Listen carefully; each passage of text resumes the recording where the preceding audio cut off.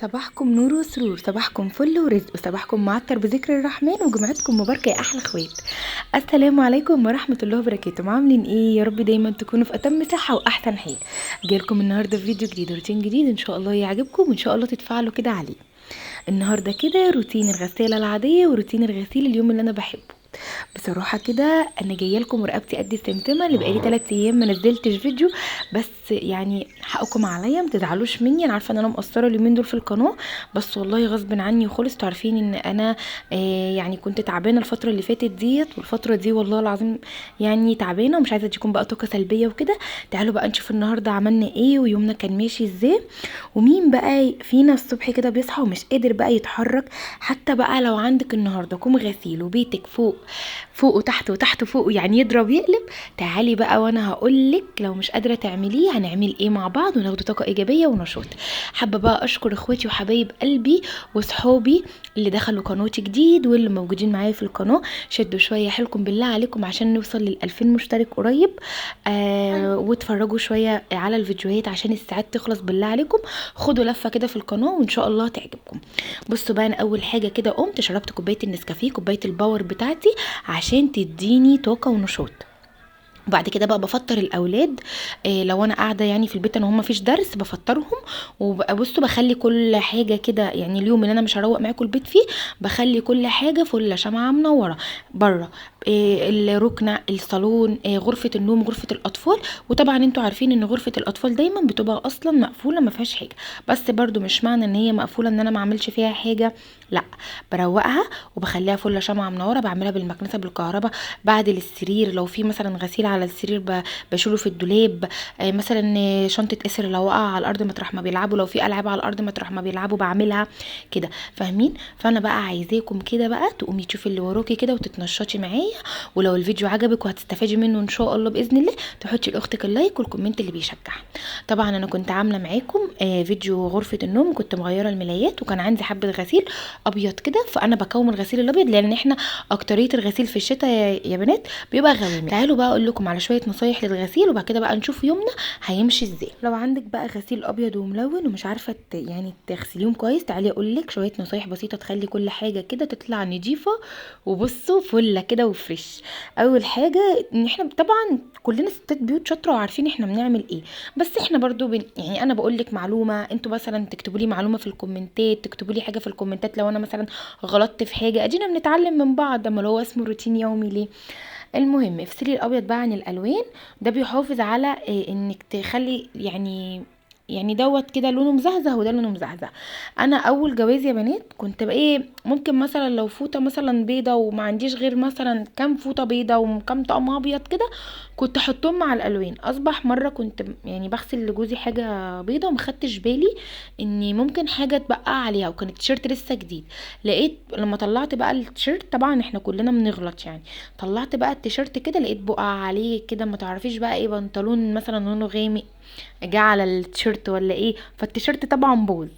فالمهم بقى اتعلمت دلوقتي ان انا افصل الالوان، حتى لو مثلا حاجه واحده ابيض بحطها مثلا في بلاستيك او كروانه زي ما انتم بقى ما بتقولوا، بحط حبه كلور الوان وكلور ابيض حبه صغيرين قوي وبغسلها على ايدي، وبعدين بقى اشطفها واحطها في المنشفه على طول. لو انا ما عنديش ابيض كتير، لكن لو عندي ابيض كتير بقى بحط بقى بملى الغساله وبعمل عليه دوره، بحط نص كوبايه مسحوق. انا بستخدم اوكسي يا بنات، بحط بقى مع الاوكسي لو عندك بقى حبه بيكربونات وشويه ملح ليمون. هتشوفي بقى، بصوا الغسيل كده بيطلع الابيض مزهزه وجميل. وفي ناس قالوا لي جربي الزهره البيضاء، بس انا بصراحه سالت عليها يعني عند كذا عطار في السوق يعني ما لقيتهاش. فبصراحه بكتفي ان انا بالاوكسي، ولو عندي حبه كربونات بحطهم، حبه ملح ليمون، ما عنديش بحط برسيل جل، كلوركس الوان، كلوركس ابيض اللي هو الكلور الابيض وخلاص. ولو بحس ان انا الغسيل مش نضيف معايا يعني بعمله دوره كمان. لو مثلا يعني حاجات الاطفال لو عليها بقع ولا حاجه، السر بقى في الصابونه اللي بنغسل بيها ايدينا. بترغي صابونه كويس قوي على التيشيرت او البقعه وتروحي بقى دعكاها كده بايدك. والشرابات نفس الكلام يا بنات، مش بقول لكم اغسلوا ايديكم وبيها الشرابات، لا، خصصوا كده صابونه حتى اللي هي مش الغاليه قوي، اللي هي يعني الرخيصه شويه، واعملوا بقى بيها الشرابات كده. وبفرشه اللي هي بتاعت السجاد او كده، واغسلوا بقى الشراب كده، او اللي هي الفرشه اللي هي الفرش الصغيره اللي هي طالعه جديد دي. وممكن كمان بدل الصابونه اللي هي بنغسل بيها ايدينا، ممكن اللي هي الصابونه البلدي دي، بتلاقيها عند اي محل بتاع منظفات تقريبا ب15 جنيه، والصغيره ب10. والله عندي جوه، بس انا يعني ايه ما استخدمتهاش قبل كده في الغسيل، فهجربها برضو واقول لكم. المهم بقى ده كده الغسيل الابيض. الغسيل الالوان يعني مثلا ايه، بتخلصي الغسيل الابيض لو حاطه كلور وخايفه على الالوان وكده، ممكن تفضي الميه وتحطي الالوان، وتحطي عليه كلوركس الوان واللي هو الاوكسي وكده، وبس، وبتعمليه دوره. والغسيل كده كده الالوان اصلا اللي هو ممكن تحطي حبه خل عشان اللون يفضل ثابت، طبعا احنا كلنا عارفين كده. الغسيل ما يبقاش مثلا يعني ميه اللي هو الابيض دوت، ممكن تحطي ميه دافيه. الميه الدافيه برضو اللي هي ممكن ايه في دوره اللي هي الغليين، بس انا مش عندي الصراحه في الغساله ديت. هي كانت في الغساله القديمه كان في اللي هي دوره سخنه ودوره بارده، فالمهم يعني ان انت ممكن لو عايزه تعبي الغساله دي ميه سخنه، بس انا الصراحه لا، انا بعبيها ميه ساقعه وخلاص، فاهمين؟ هو الرك على انك مثلا كذا دوره للغسيل، الغسيل هيطلع معاكي فل شمعه منوره. بس خطوات بسيطه كده وسريعه، والغسيل بيطلع معاكي بصوا منور وفريش، من غير ما تتعبي ومن غير اي مجهود. بعد كده بقى يا بنات، انا كل ما بغسل يعني يوم ويوم، كل يوم كده الحمام، لازم الحمام يا بنات. بمسك كده بقى الليفه على الحوض، حتى لو مش هغسل الحيطه، طبعا احنا مش بنغسل الحيطه كل يوم. غسلت بقى هنا الحوض، وغسلت التواليت اللي هي القاعده، اعزكم الله. وخلاص. وبصوا الصراحه غسلت البانيو، بس دعكته بقى بسلكه بايدي، بس انا الصراحه ما كنتش قادره ان انا اجيب الرينج لايت. انا غسلت كده الحوض بسرعه معاكم، وغسلت التواليت، وبعدين بقى رحت ماسكه البانيو، عملته كده دعكته خليته زي الفل، والحيطان من تحت عملتها بسرعه على السريع. وبعد كده روقت بقى الحمام وخلصت. واليوم دوت يا بنات بقى كنت خلاص كده مش قادره، وعملت بقى ايه اكل كده، قضيناها انا والولاد، كنت انا والولاد بس اللي هنتغدى وقضيناها. عملنا سندوتشات بطاطس كده، كنت عاملاها معاكم قبل كده، وبحط عليهم كاتشب واحطها لهم على الجريل. حتى لو ما عنديش اللي هو العيش البطاطس السوري دوت، بعمل لهم بالعيش الابيض عادي، او اللي هو العيش بتاعنا عادي، واحط لهم شويه على الجريل كده وخلاص. تاني يوم بقى، طبعا ايام اللي فاتت كنت تعبانه، تاني يوم بقى رحت ايه واقفه عملت بقى اكل. طبعا عملت صدق اسكندراني. طبعا ميرو حبيبتي انا كنت سامعاها في الفيديو اللي فات بتقول الاسكندرانيه بيعملوا الصدق، بيحطوا الاول الصدق ويشوحوه ويحطوا الخلطه. ايوه احنا بنعمل كده، وفي ناس خلي بالك بتحط كله مع بعضه خلطه بيطه، بس انا بحب ان انا ادي الصدق الاول تشويحه، وبعدين بطلعه بحط بقى الخلطه، تاخد كده من الزيت بتاع الصدق، وتاخد كده البهاريز بقى. بصوا بقى البهاريز بتاعت الصدق كده، وبعدين بقى اروح حاطه الصدق، ما كده كده الصدق بقى انا شوحته فاستوى.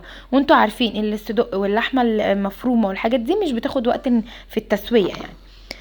فالمهم بقى ده تاني يوم عملت لهم بقى مكرونه كده، وعملت لهم صدق، اكله سهله وسريعه وبتنجزك. لو انت محتاره تعملي اكل ايه، فانت معاكي بقى مكرونه بصدق، مكرونه وكبده، كفته. والكفته سهله وسريعه، ومفيش اسرع من الاكل ده. والله الاكل كله سهل وسريع، بس يعني ايه لما بتبقي واقفه رايقه في المطبخ بتعملي كل حاجه بسرعه.